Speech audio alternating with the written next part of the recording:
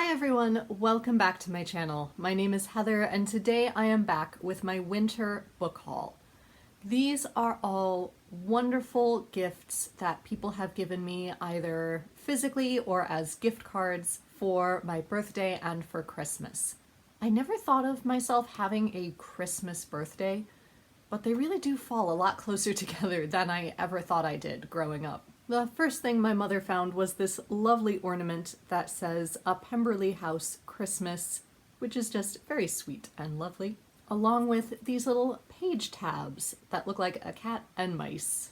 My lovely friend Lauren bought me this personalized reading stand, so you can drape a book over this, or I rather thought stand an e-reader against it, and also have room for a pen or stylus and a drink. And then my friends Marissa and Amanda both got me these lovely vases that look like Jane Austen books, and they are so beautiful. If I ever try out the TBR jar, one of these could be the TBR jar possibly. And then we get into the books themselves. Firstly, for some channel inspiration, my friend Veronica gave me the Rory Gilmore Reading Challenge, which is the official guide to all the books mentioned in Gilmore Girls. I have tried a variety of Rory Gilmore reading challenges over the years and eventually stopped, but I'm hoping that this will give me some channel inspiration in the future. Then I was also given another copy of a Woodhouse book that I have not read, this being Jeeves and the Feudal Spirit. I love Jeeves and Wooster. I love many Woodhouse books. I'm not entirely sure which adventure this one is. No, and reading the back, none of these adventures sound familiar. I did grow up watching the television show when I was about 12. So I remember a fair number of episodes, but I really do not remember any of the ones listed on the back of this. So we shall see what this turns out to be. I was also given a copy of Farewell, My Queen by Chantal Thomas, which is a book I have had on my Goodreads list pretty much since I started using Goodreads over 10 years ago, such that I really can't remember what it's about anymore. So let me just see. It's someone who works for Marie Antoinette, Madame Agatha Sidonie Laborde, whose job it was to read aloud to Marie Antoinette. And we meet her years later when she's in exile in Vienna, and she's looking back on the day of the revolution and the days leading up to it. And I believe this is translated. Is it translated from the French? From German? From the French. So that's exciting. I was also given a copy of The Imagination Chamber by Philip Pullman, which are, as I believe, short pieces set within the His Dark Materials universe. It's been a while since I've read the His Dark Materials. I really enjoyed His Dark Materials. I did not enjoy La Belle Sauvage or the sequel that he wrote more recently. So I'm intrigued to see where these short pieces go. I hope I like them better, given that they're anchored more within His Dark Materials, I believe. Then I am so pleased that I picked up The Wood at Midwinter by Susanna Clarke, since it's set in the same universe as Jonathan Strange and Mr. Norrell, which I adore.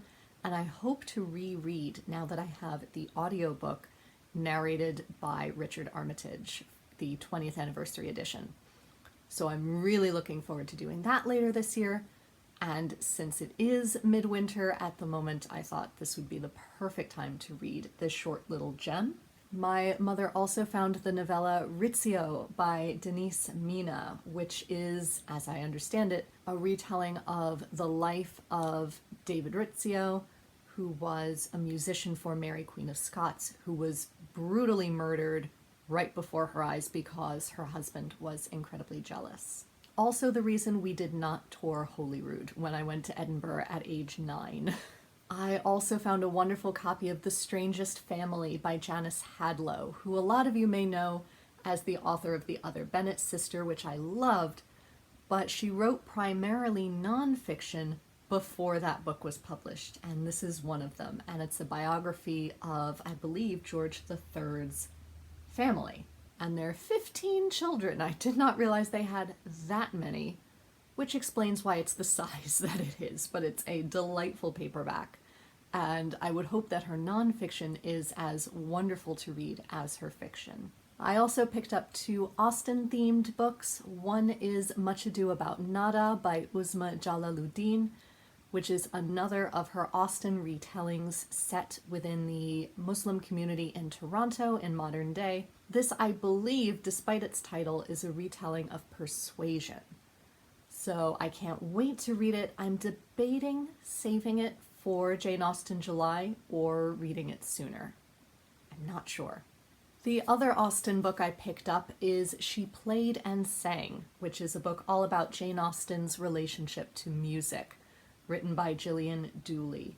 This I find absolutely fascinating, as I've heard a variety of things about her musical tastes, but a lot of them don't really seem to match, so I'm hoping this book will coalesce a lot of those opinions into something coherent. And it has gotten great reviews from Devney Loeser, Catherine Sutherland, and John Mullen, all of whose work I have read and really loved. So I'm trusting their opinion as well. Then for my birthday, Marissa very generously gave me Hardy Women by Paula Byrne, which is, I believe, about the real women in Thomas Hardy's life and how they may or may not have influenced the women in his novels, possibly. It's definitely about the real women. It may or may not be about his fictional women as well. But I adore Paula Byrne, and I've read a good chunk of Hardy's work at this point, so I feel like it's probably safe to pick this one up as well. But it is yet another monster, so I am also slightly intimidated. Then 2 other books that have not arrived yet but are on their way are Roaring Girls by Holly Kite.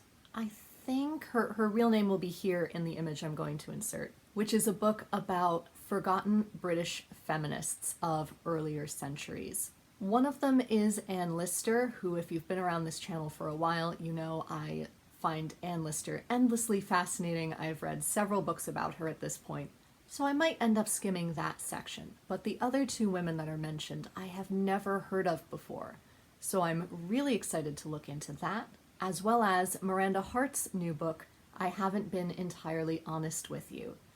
This one picks up, I believe, where Peggy and Me leaves off, and it covers a variety of things that have happened to her in the past couple of years, including surviving the pandemic, losing Peggy, being diagnosed with chronic illness, but also finding love.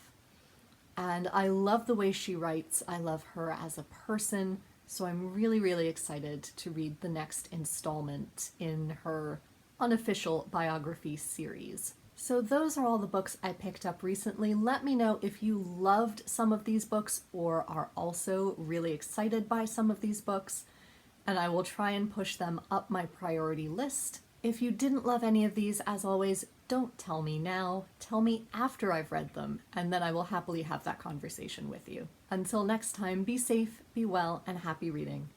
Bye, everyone.